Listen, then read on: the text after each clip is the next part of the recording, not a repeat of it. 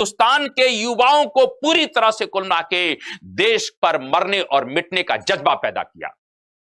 23 जुलाई 1906 को मध्य प्रदेश के अलीराजपुर में कुल मिला के भाबरा गांव में मैं कह सकता हूं इस भारत के कुल मिला के कहने की स्वतंत्रता के मसीहा का जन्म हुआ, जिनका नाम चंद्रशेखर आजाद है। धीरे धीरे वो बड़े हुए और बड़े होने के पश्चात अंततः कुल मिला के उनको काशी पढ़ने के लिए भेजा गया। लेकिन मैंने कहा ना कि वो तो आजादी का मतवाला है, वो आजादी का दीवाना है, वो तो कहीं ना कहीं देश की आजादी के लिए मरने मिटने का उसके अंदर जज्बा है, इसीलिए वहां पढ़ते जरूर थे। लेकिन हिंदुस्तान के कहीं ना कहीं निश्चित रूप से कहीं ना कहीं कह सकते हैं क्रांतिकारियों के बीच में रहा करते थे। 1906 का वो समय है जो बंगाल का विभाजन हो रहा है, और बंगाल का विभाजन हो रहा है तो हिंदुस्तान का राष्ट्रीय आंदोलन धीरे धीरे गति पकड़ रहा है। इस समय हिंदुस्तान में स्वदेशी आंदोलन चल रहा था, इस समय बड़े पैमाने पर कहीं ना कहीं क्रांतिकारी आंदोलन भी चल रहा है। कहीं अभिनव भारत नामक संगठन बन रहा है, कहीं युगांतर समिति कुलना के संगठन बन रहा है, कहीं कहीं कहीं कहीं अनुशीलन समिति का निर्माण हो रहा है। मैं यह कहना चाहता हूं कि धीरे धीरे भारत में क्रांतिकारी गतिविधियां भी बढ़ रही हैं। मैंने अभी कहा कि हिंदुस्तान की आजादी में क्रांतिकारियों का सबसे बड़ा योगदान है, इसमें कोई शक और शुबहा की बात नहीं है। मैंने क्या कहा कि अंततः आजाद साहब कुलना के काशी में पढ़ने के लिए गए, और जब काशी पढ़ने के लिए जाते हैं तो उसी समय मैंने क्या कहा कि क्रांतिकारियों के साथ उनकी मुलाकात होती रहती है। इसी समय हिंदुस्तान में मैं आपको लेकर जाना चाहता हूं। मार्च 1919 में हिंदुस्तान में एक घटना घटित हुई, और वो घटना है रॉलेट एक्ट। हिंदुस्तान में रॉलेट एक्ट लागू हुआ। रॉलेट एक्ट लाने का अंग्रेजों का उद्देश्य यही था। क्या उद्देश्य था? कहीं ना कहीं निश्चित रूप से भारत के क्रांतिकारी गतिविधियों पर नियंत्रण करना, क्योंकि इस एक्ट में सबसे बड़ी विशेषता यह थी कि किसी भी कुलना के व्यक्ति पर अगर थोड़ा सा भी शक हो जाए, संदेह हो जाए, तो उसको गिरफ्तार करके जेलों में डाला जा सकता था। गांधी जी इस समय राष्ट्रीय आंदोलन की बागडोर अपने हाथों में ले चुके हैं। गांधी जी को लगा कि इस रॉलेट एक्ट से तो बहुत कुछ नुकसान हो जाएगा। अंततः गांधी जी ने कुलना की इस रॉलेट एक्ट के खिलाफ में, आपको मालूम होना चाहिए, जब इस रॉलेट एक्ट का विरोध हो रहा था तो 13 अप्रैल 1919 को कुलना के पंजाब में अमृतसर में जलियांवाला बाग हत्याकांड हो गया, और इस जलियांवाले बाग हत्याकांड ने पूरे हिंदुस्तान के लोगों को शोकाकुल कर दिया। हिंदुस्तान के लोग विस्तब्ध हो गए। चंद्रशेखर आजाद को भी इस जलियांवाले बाग हत्याकांड के विषय में जानकारी मिली तो उनकी धमनियों का रक्त तेजी से प्रवाहित होने लगा। गांधी जी ने अंततः असहयोग आंदोलन इस जलियांवाले बाग हत्याकांड के खिलाफ चालू किया, और अंततः जब चालू किया तो इस असहयोग आंदोलन में बढ़ चढ़कर चंद्रशेखर आजाद ने भी भाग लिया। मैं कह सकता हूं कि हिंदुस्तान का वह क्रांतिकारी जो हिंदुस्तान रिपब्लिकन आर्मी का अभी सदस्य बनने वाले हैं, चाहे राम प्रसाद बिस्मिल की बात हो, अशफाक उल्लाह खां की बात हो, सचिन नाथ सान्याल की बात हो, चंद्रशेखर आजाद की बात हो, ये सब लोग गांधी के पथ पर कुलना के असहयोग आंदोलन में भाग ले रहे हैं। इनका विश्वास है कि गांधी की अहिंसा की नीति से इस देश को आजादी मिल सकती है, इसीलिए इन्होंने असहयोग आंदोलन में भाग लिया। लेकिन ये क्या, अंततः चंद्रशेखर आजाद जब असहयोग आंदोलन के दौरान पकड़े गए, क्योंकि असहयोग आंदोलन में बड़े पैमाने पर ब्रिटिश सरकार का विरोध कर रहे थे, तो पकड़े गए, और पकड़ने के पश्चात अंततः उनको लाया गया। पकड़ने के पश्चात उनको जज के सामने प्रस्तुत किया गया। जज ने पूछा, तेरा नाम क्या है? बाहरे आजाद साहब। उन्होंने कहा, मेरा नाम आजाद है, मेरा नाम आजाद है। जज ने कहा, तुम्हारे पिता का नाम क्या है? उसने कहा, मेरे पिता का नाम स्वतंत्रता है, स्वाधीनता है। जज थोड़ा घबरा गया। फिर जज ने पूछा कि तेरा घर कहां है? आजाद ने कहा, मेरा घर जेल है। जज चिढ़ जाता है, नाराज हो जाता है, और अंततः इस 14 साल के बालक को कुलना के मैं कहना चाहता हूं 15 बेत मारने की सजा मिली। भाई साहब, आप बेत का अर्थ समझिए। उस समय के एक बेत जो है पीठ पर जब पड़ा करता था तो पीठ की चमड़ी पूरी तरह से अलग हो जाया करती थी। तो 15 बेत इस 14 साल के लड़के को मारा गया, और हर बेत पर कुल मिला के आजाद का एक ही नारा था, वंदे मातरम, भारत माता की जय। मैं बार बार कहना चाहता हूं कि हिंदुस्तान में क्रांतिकारियों का, यानी हिंदुस्तान की आजादी में क्रांतिकारियों का सबसे बड़ा योगदान है। शहीदों की मजारों पर लगेंगे हर बरस मेले, शहीदों की मजारों पर लगेंगे हर बरस मेले, वतन पर मरने वालों का यही नामो निशा होगा, यही नामो निशा होगा। मैं कहना चाहता हूं 15 बेत निश्चित रूप से उनके शरीर पर पड़े, लेकिन देश के लिए मर मिटने की ताकत इन 15 बेतों ने आजाद साहब को प्रदान कर दी। उनको कहीं ना कहीं निश्चित रूप से कष्ट सहने की क्षमता कुल मिला के उनके मन में पैदा हो गई। इसी समय गांधी जी का एक डिसीजन गलत हो गया। चौरी चौरा कांड जब हो जाता है असहयोग आंदोलन के कारण, तो अंततः चौरी चौरा कांड के पश्चात गांधी जी ने आंदोलन को रोक दिया। हिंदुस्तान के क्रांतिकारी पूरी तरह से शोकाकुल हो गए। हिंदुस्तान के क्रांतिकारी नाराज हो गए। तत्काल गांधी जी से पूछा कि आपने आखिर आंदोलन क्यों रोका, किस उद्देश्य को लेकर खड़े हुए थे, आखिर जिन उद्देश्यों को लेकर आंदोलन चला था क्या वो पूरा हुआ? अंततः गांधी जी ने कुल मिला के इन युवाओं का, इन युवा क्रांतिकारियों का, जिनका अभी तक यह विश्वास था कि गांधी के साथ चलकर देश की आजादी में हम भी योगदान देंगे, लेकिन अब उनका विश्वास टूट गया। मैं कह सकता हूं कि कुल मिला के असहयोग आंदोलन रोकने का एक बहुत बड़ा कुल मिला के कहीं न कहीं एक हिंदुस्तान में एक नेगेटिव मैसेज जाता है, और हिंदुस्तान के युवाओं को अब लगने लगा कि गांधी के सत्याग्रह से इस देश को आजादी नहीं मिल सकती है। इसलिए हिंदुस्तान का कुल मिला के युवा अब हिंसा के मार्ग पर जाना चाहता है, अब क्रांति के मार्ग पर जाना चाहता है, और वो कुल मिला के कहीं की शक्ति का मुकाबला शक्ति से करना चाहता है। इस प्रकार से कुल मिला के कहीं न कहीं हिंदुस्तान के सभी युवाओं को लगा कि अब हमको दूसरे मार्ग पर चलना चाहिए। और इसीलिए मैं आपको बताना चाहता हूं, इसी समय कुल मिला के कानपुर में जितने भी क्रांतिकारी थे, कानपुर में जितने भी क्रांतिकारी थे, चाहे चंद्रशेखर आजाद की बात करें, रामप्रसाद बिस्मिल की बात करें, अशफाक उल्लाह खां की बात करें, सचिन नाथ सान्याल की बात करें, शिव वर्मा की बात करें, इस मनमथ नाथ गुप्त की बात करें, इन सब लोगों ने कानपुर में कुल मिला के एक मीटिंग की और एक संगठन का निर्माण किया जिसको HRA के नाम से जाना जाता है, जिसको हिंदुस्तान रिपब्लिकन एसोसिएशन के नाम से जाना जाता है। 1924 में कानपुर में HRA का गठन होता है, और आपको बताना चाहता हूं कि चंद्रशेखर आजाद इस HRA संगठन के कोषाध्यक्ष बनाए गए। पूरा संगठन का पैसा इनके पास रहता था। इसी समय घटना घटित हुई, इस घटना को जानना हमारे और आपके लिए जरूरी है। इनके माता और पिता गरीबी का जीवन अलीराजपुर मध्य प्रदेश में जी रहे थे।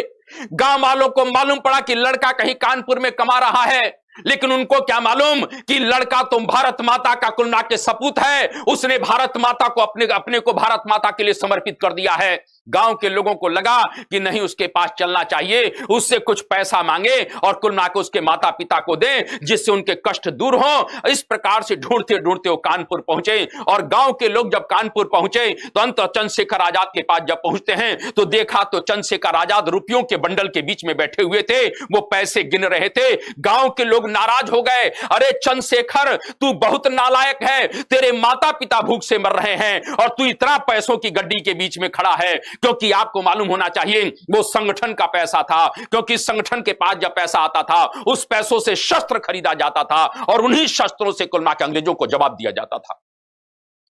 उन्हीं शस्त्रों से अंग्रेजों की गोलियों को या अंग्रेजों की कुल मिला के शक्ति का जवाब मिलता था, क्योंकि कुल मिला के क्रांतिकारियों का उद्देश्य शक्ति का मुकाबला शक्ति से किया जाएगा। जब गांव वालों ने कहा कि भाई कुल मिला के तुम इसमें से कुछ पैसा दो, तुम्हारे माता पिता को हम पहुंचाएंगे, बाहर चंद्रशेखर ने जवाब दिया, ये मेरा पैसा नहीं है, ये भारत माता का पैसा है, मैं इस पैसे में से अपनी माता और पिता को नहीं दे सकता हूं। आप समझ सकते हो कि क्रांतिकारी कितने निष्ठावान अपने देश के प्रति थे, अपनी माटी के प्रति थे, अपनी मातृभूमि के प्रति थे। इस प्रकार से मैं कहना चाहता हूं कि कुल मिला के उन्होंने पैसा देने से इनकार कर दिया। जब गांव वाले दबाव बनाने लगे तो तत्काल उन्होंने 2 गोलियां और 1 पिस्टल दी, और देने के बाद कहा कि ए चाचा, गांव के लोगों से कहा, ए चाचा जाओ कुल मिला के 1 गोली से मेरे पिता और 1 गोली से मेरी मां के जीवन का अंत कर देना, क्योंकि दोबारा तुम आओगे तो हो सकता है कि मैं माता और पिता की कुल मिला के कहीं ना कहीं निश्चित रूप से दुख को सुनकर मैं मातृभूमि की सेवा से कहीं ना कहीं अलग हो जाऊं। इस प्रकार से आप समझ सकते हो कि जो लोग कुल मिला के क्रांतिकारी वो थे जो अपने माता और पिता को कुर्बान करने के लिए भी तैयार थे। हिंदुस्तान के उस समय के नेताओं की बात मैं करना चाहता हूं। हिंदुस्तान के नेता क्या एक कुर्बानी देने के लिए तैयार थे? बिल्कुल नहीं थे। वो पद के लालची थे, वो प्रतिष्ठा के लालची थे, वो सम्मान के लालची थे, और क्रांतिकारी ऐसे थे कि वो अपने माता और पिता को भी मातृभूमि के नाम पर कुर्बान करने के लिए तैयार थे। इस जज्बे के कारण, इस जुनून के कारण मेरे देश को आजादी मिली है। किसी कुल मिला के कहने की लंगोटी और डंडे के कारण मेरे देश को आजादी बिल्कुल नहीं मिली है। मैं यह कहना चाहता हूं, और हिंदुस्तान के लोगों को यह बात मालूम भी होनी चाहिए। हिंदुस्तान के लोगों के दिलों के अंदर ये बात कहीं कहीं होनी भी चाहिए कि आपके क्रांतिकारियों, भले किताबों में कुछ भी पढ़ाया जाए, लेकिन हमारे दिलों पर राज तो भगत सिंह, राजगुरु सुखदेव, चंद्रशेखर आजाद और रामप्रसाद बिस्मिल किया करेंगे। मैं ये कहना चाहता हूं। मैं ये कहना चाहता हूं कि इस प्रकार से कहीं ना कहीं एचआरए का संगठन बनता है, और कुल मिला के मैं कह सकता हूं कि एचआरए का जब संगठन बन गया तो एचआरए के लोगों को लगा कि हमें बड़े पैमाने पर अंग्रेजों से मुकाबला करने के लिए शस्त्र खरीदना होगा, और बड़े पैमाने पर जब अंग्रेजों से मुकाबला करने के लिए शस्त्र खरीदना होगा, अंग्रेजों से मुकाबला करने के लिए शस्त्र खरीदना होगा, तो मैं यह कहना चाहता हूं कि इसी समय एक घटना घटित होती है। इसी समय घटना क्या घटित हुई वो हमारे लिए जानना बहुत जरूरी है। कुल ना के कहने की काकोरी कांड होता है। आप कहेंगे सर ये काकोरी कांड क्या है? मैं ये कहना चाहता हूं कि सरकारी खजाने को लूटा जा रहा है। लखनऊ के पास एक स्टेशन है काकोरी, वहां से ट्रेन में सरकारी खजाना आ रहा था, क्योंकि अंग्रेज चाह रहे थे कि इस खजाने को कुल ना के कहने के स्थान तक पहुंचाया। और मैं कह सकता हूं सरकारी खजाना है किसका?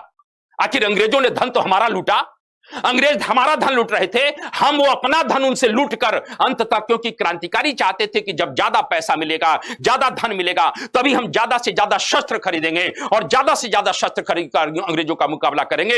इसीलिए आपको बताना चाहता हूं कि 10 क्रांतिकारियों ने मिलकर इस प्रकार से काकोरी स्टेशन पर ट्रेन को रोका। ये घटना 9 अगस्त 1925 की है, और 9 अगस्त 1925 को कुलना के काकोरी स्टेशन पर कुलना के ट्रेन को रोका जाता है, सरकारी खजाने को लूटा जाता है। और जब सरकारी खजाने को लूट लिया गया तो मैं यह कहना चाहता हूं कि कहीं ना कहीं सरकारी खजाने को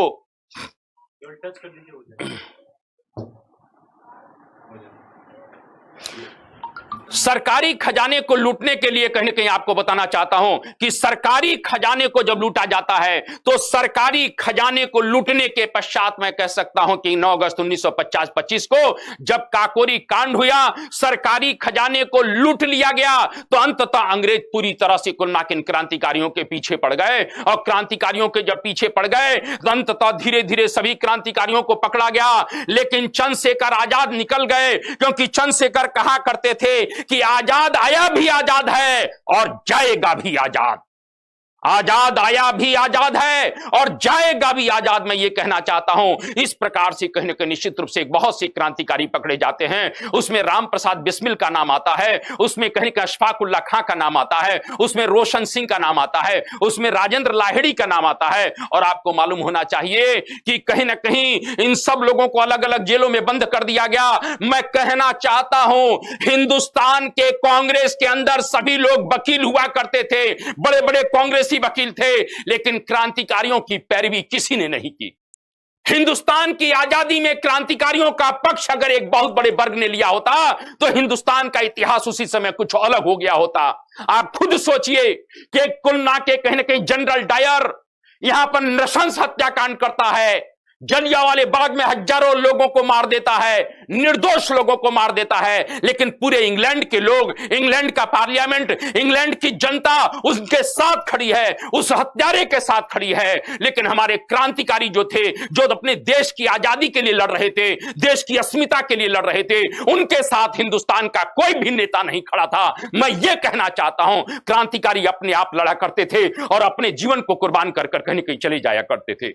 इन क्रांतिकारियों का साथ किसी ने भी नहीं दिया। मैं ये बात कहना चाहता हूं, थोड़ा सा इस विषय को ध्यान रखिए। अंततः काकोरी कांड में बहुत से लोग पकड़े गए। राम प्रसाद बिस्मिल को फांसी होती है। राम प्रसाद बिस्मिल कहा करते थे कि सरफरोशी की तमन्ना अब हमारे दिल में है।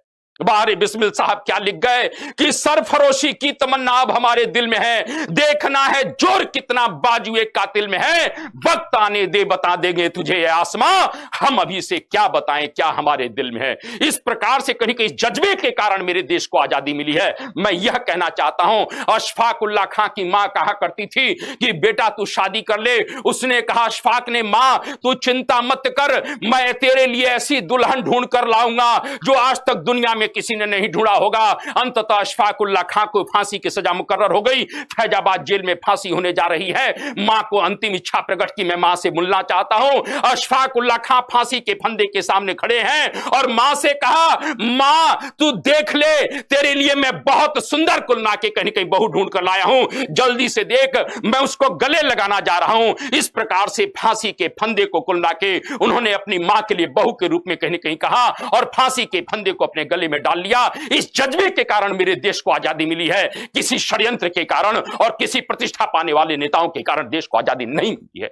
मैं यह कहना चाहता हूं, राजेंद्र लाहिड़ी से जब गोंडा जेल में पूछा गया आपकी अंतिम इच्छा क्या है, उसने कहा ईश्वर से मैं अपनी अंतिम इच्छा मांगूंगा और मैं यही कहूंगा, हे परमात्मा, कहीं ना कहीं मैं जा तो रहा हूं लेकिन मेरा काम अधूरा है, जल्दी से मुझे भेजो जिसके कारण से मैं अपने काम को, अधूरे काम को पूरा कर सकूं। इस जज्बे के कारण, इस जुनून के कारण, यानी ये लोग फांसी के फंदे पर भी हैं लेकिन फिर भी इनका नशा कम नहीं है। मैं यह कहना चाहता हूं, इस जज्बे और जुनून के कारण मेरे देश को आजादी मिल रही है। मैं बार बार कहना चाहता हूं कि अब भी मैंने अभी कहा कि चंद्रशेखर कहा करते थे, अब भी जिसका खून ना खोला वो खून नहीं वो पानी है, और जो देश के काम ना आए वो बेकार जवानी है। कर गई पैदा तुझे, कर गई पैदा तुझे उस कोख का एहसान है, कर गई पैदा तुझे उस कोख का एहसान है, और शहीदों के रक्त से आबाद हिंदुस्तान है। ये हिंदुस्तान, इनके रक्त को, इन्होंने अपने रक्त से इस धरती को सींचा, तब मेरा हिंदुस्तान आबाद हुआ। मैं यह कहना चाहता हूं। इसी समय थोड़ा सा मैं कहना चाहता हूं, जब एचआरए में सब लोगों को फांसी हो गई तो अंततः बेचारे कुलमा के काकोरी षड्यंत्र में जब सभी लोगों को फांसी होती है तो बेचारे सुभाष चंद्रशेखर आजाद को लगा कि मुझे क्या करना चाहिए। हिंदुस्तान का जितना भी युवा कुलमा के क्रांतिकारी है उनको इकट्ठा करते हैं, जिसमें भगत सिंह का नाम आता है, जिसमें राजगुरु का नाम आता है, जिसमें मनमथनाथ गुप्त का नाम आता है, इसमें सुखदेव का नाम आता है, जिसमें बटुकेश्वर दत्त का नाम आता है। और अंततः कुलमा के इन लोगों ने दिल्ली के फिरोज शाह कोटला मैदान में एक नया संगठन 1928 में बनाया जिसका नाम है Hindustan socialist Republican army. HSRA की स्थापना की है, हिंदुस्तान सोशलिस्ट रिपब्लिकन आर्मी का गठन किया, और अंततः हिंदुस्तान सोशलिस्ट रिपब्लिकन एसोसिएशन का जब गठन किया तो इसी में भगत सिंह, राजगुरु, सुखदेव ने, आपको मालूम होना चाहिए, थोड़ा मैं ले जाना चाहता हूं, जब हिंदुस्तान में साइमन कमीशन आया, 3 फरवरी 1928 को साइमन कमीशन आता है, लाहौर में लाला लाजपत राय इस कमीशन का विरोध कर रहे थे। अंततः वहां का जो पुलिस सुपरिटेंडेंट था स्कॉट, उसके आदेश पर लाला लाजपत राय को लाठियों से पीटा गया, जिसके कारण से लाला जी की डेथ हो गई। लाला जी की मृत्यु के पश्चात अंततः क्रांतिकारियों को लगा कि हमें लाला जी की मृत्यु का बदला लेना है। 1 महीना नहीं बीता और अंततः HSRA के सदस्यों ने कहीं कि स्कॉट को मारने की प्लान बना लिया। दुर्भाग्य की बात है कुछ दिन स्कॉट नहीं मिला मौके पर, उस दिन सैंडर्स मिल गया जो डिप्टी सुपरिटेंडेंट था, और अंततः सैंडर्स को गोली मार दिया जाता है। इस प्रकार से भगत सिंह, राजगुरु, सुखदेव, चंद्रशेखर ने मिलकर सैंडर्स को गोली मारकर हत्या कर दी। भारत के इतिहास में इस घटना को लाहौर षड्यंत्र केस के नाम से जाना जाता है, और लाहौर षड्यंत्र केस में अंततः एक एक करके सभी लोग पकड़े गए, लेकिन फिर चंद्रशेखर बच निकले। मैंने कहा ना, चंद्रशेखर कहा करते थे कि चंद्र से आजाद आया भी आजाद है और का भी आजाद, वो पकड़ने वालों में से नहीं थे। मैं ये कहना चाहता हूं, इस समय भारत के जितने भी बड़े बड़े क्रांतिकारी थे, भगत सिंह हो, राजगुरु हो, सुखदेव हो, बटुकेश्वर दत्त हैं, ये सब लोग लाहौर जेल में बंद हैं। चंद्रशेखर आजाद को लगा कि मुझे किसी भी कीमत पर इनको छुड़ाना चाहिए। अकेले बिचारे बाहर सुखदेव राज नामक एक अन्य क्रांतिकारी है, उसके साथ मिलकर कुलना के ताना बाना बोल रहे थे कि किस तरीके से इनको बाहर निकाला जाए। मैं ये कहना चाहता हूं, इसी समय कुलना के भारत के क्रांतिकारियों के एक बहुत वरिष्ठ क्रांतिकारी नेता थे जिनका नाम था, कहीं ना कहीं निश्चित रूप से कानपुर के थे, जिनका नाम था गणेश शंकर विद्यार्थी। और गणेश शंकर विद्यार्थी साहब ने यह कहा कि चंद्रशेखर एक बात मेरी मान ले, अगर तू थोड़ा सा स्वाभिमान को गिरवी रख दे, अपने स्वाभिमान को झुका ले, तो हो सकता है कि कुलना के भगत सिंह, राजगुरु, सुखदेव की रिहाई हो जाए। चंद्रशेखर आजाद ने कहा कि कुलना के विद्यार्थी जी, मैं अपने स्वाभिमान को एक बार नहीं हजारों बार गिरवी रख सकता हूं अगर कुलना के इन क्रांतिकारियों को बचाया जा सकता है। आप समझ सकते हो, कोई क्रांतिकारी पूरब का है, कोई उत्तर का है, कोई पश्चिम का है, कोई दक्षिण का है, कोई मध्य का है। ना ब्लड का संबंध है, ना जाति का संबंध है, ना धर्म का संबंध है, सिर्फ दिलों का संबंध है, मातृभूमि के रिश्ते का संबंध है, और एक दूसरे के लिए सब कुर्बान होने के लिए तैयार हो जा रहे हैं। बताइए साहब, चंद्रशेखर आजाद साहब अपने स्वाभिमान को बेचने के लिए तैयार हैं। अंततः कहीं कहीं गणेश शंकर विद्यार्थी ने कहा, मेरे कहने से एक बार जवाहरलाल नेहरू से जाकर आनंद भवन में मिल लो, हो सकता है कि इन तीनों की रिहाई हो जाए। क्योंकि इस समय गांधी और इरविन कुलना के कहीं कहीं एक तरह से समझौता कर रहे हैं। मैं पूछना चाहता हूं कुलना के उन देश के नेताओं से चाहे वो गांधी जी के रूप में हो, चाहे नेहरू के रूप में हो, चाहे उस समय के जितने भी लोग हैं, क्या इन लोगों ने कुल मिला के इनको बचाने का कोई प्रयास किया? अगर हिंदुस्तान के उस समय के कांग्रेसी जितने भी लोग थे, गांधी जी बार बार में अनशन पर बैठ जाए थे, आमरण अनशन पर बैठ जाते थे, मैं पूछना चाहता हूं कि भगत सिंह, राजगुरु, सुखदेव की फांसी के खिलाफ क्यों नहीं कोई अनशन पर बैठा? क्यों कहीं न किसी ने आमरण अनशन किया? मैं यह पूछना चाहता हूं, अगर शायद दिल से सभी लोगों ने सहयोग किया होता तो इन सबको बचाया जा सकता था, लेकिन मैं कहना चाहता हूं बचाने का प्रयास बिल्कुल भी नहीं किया गया, क्योंकि हिंदुस्तान के आइकॉन भगत सिंह, राजगुरु, सुखदेव, चंद्रशेखर आजाद बन चुके थे। मैं ये कहना चाहता हूं, अरे जमाने भर में मिलते हैं आशिक कई, जमाने भर में मिलते हैं आशिक कई, मगर वतन से खूबसूरत कोई सनम नहीं होता। नोटों में भी लिपटकर, सोने में भी सिमटकर मरे हैं कई, मगर तिरंगे से खूबसूरत कोई कफन नहीं होता। यह क्रांतिकारियों का शब्द बाण था। अंततः आपको मालूम होना चाहिए कि चंद्रशेखर आजाद अंततः कुल मिला के इलाहाबाद पहुंचे और इलाहाबाद पहुंचकर आनंद भवन पहुंचते हैं, नेहरू से मिलते हैं कि नेहरू जी आप थोड़ा सा हमारे कहने से प्रयास करिए कि इस प्रकार से इन क्रांतिकारियों को बचाया जा सके। लेकिन आपको मालूम होना चाहिए कि नेहरू ने जब चंद्रशेखर आजाद आनंद भवन गए तो नेहरू ने उनकी किसी भी प्रकार से मदद करने से इनकार कर दिया, यहां तक कि नेहरू ने मिलने से भी इनकार कर दिया। लेकिन चंद्रशेखर ने जिद की तो अंततः उन्होंने कहा कि नहीं, तुम यहां से जा सकते हो, मैं तुम्हारी कोई भी मदद नहीं कर सकता हूं, आप समझ सकते हो। इस प्रकार से चंद्रशेखर गुस्सा होकर वहां से निकलते हैं और निकलने के पश्चात कि कहीं ना कहीं निश्चित रूप से निकलकर वहीं इलाहाबाद के अल्फ्रेड पार्क है, जिसे वर्तमान में चंद्रशेखर आजाद पार्क के नाम से जाना जाता है, वहीं पर अल्फ्रेड पार्क में इस प्रकार से सुखदेव राज के साथ मीटिंग कर रहे थे। फिर आप लोग इस बात को ध्यान रखिए, 27 फरवरी 1931 का दिन है। सुबह नेहरू के बंगले पर आनंद भवन में मिलने के लिए गए और वहां से सीधे कहीं नहीं गए, अल्फ्रेड पार्क में गए। और उसी समय अल्फ्रेड पार्क में जब बैठे हैं, उसी समय कुल मिला के पार्क को पुलिस ने घेर लिया। मैं पूछना चाहता हूं, आखिर ये पुलिस को मुखबरी किसने की? इसकी जांच होनी चाहिए। और अंततः 27 फरवरी को चारों तरफ से जब पुलिस ने घेर लिया, सुखदेव राज को चंद्रशेखर आजाद ने कहा कि तुम निकल भागो, मैं पुलिस वालों से निपट रहा हूं। और कहीं ना कहीं आपको कहना चाहता हूं, बड़ा तगड़ा संघर्ष पुलिस वालों से होता है, बड़ी लंबी गोलियां चलती हैं और अंततः कुल मिला के गोलियां चलने के पश्चात 27 फरवरी 1931 को जब चंद्रशेखर आजाद के पास अब गोली खत्म हो गई, एक ही गोली थी, तो चंद्रशेखर ने कहा था कि दुश्मनों की गोलियों का सामना हम करेंगे, दुश्मनों की गोलियों का सामना हम करेंगे, आजाद ही रहेंगे। और आजाद ही रहे थे। एक दुश्मनों की गोलियों का सामना हम करेंगे, आजाद ही रहे हैं और आजाद ही रहेंगे। और इस प्रकार से अंतिम गोली से अपने जीवन को समाप्त कर लिया, अंतिम गोली से अपनी जीवन को शहादत दे दी। इस प्रकार से उनकी शहादत उसी अल्फ्रेड पार्क में होती है, जिसे चंद्रशेखर आजाद पार्क कहते हैं। मैं फिर कहना चाहता हूं, भारत के क्रांतिकारियों के कारण निश्चित रूप से देश को स्वतंत्रता मिली है। और कह सकता हूं कि कहने के सीमा पर जितने भी मेरे देश की सुरक्षा करने वाले सैनिक हैं, वो किसी से प्रभावित नहीं है, चंद्रशेखर आजाद से प्रभावित हैं, कहने के राजगुरु से प्रभावित हैं, भगत सिंह से प्रभावित है। क्योंकि मेरे देश के सैनिक जब रात को कुल मिला के कहीं ना कहीं सीना तानकर बंदूकों के साथ खड़े होते हैं, तब हिंदुस्तान की जनता घरों में चैन से सोती है। यह किसके कारण है? यह क्रांतिकारियों के जज्बे के कारण है। मैं यह कहना चाहता हूं, मैं भारतवर्ष का अमिट सम्मान करता हूं, मैं भारतवर्ष का अमिट सम्मान करता हूं, यहां की चांदनी मिट्टी का गुणगान करता हूं।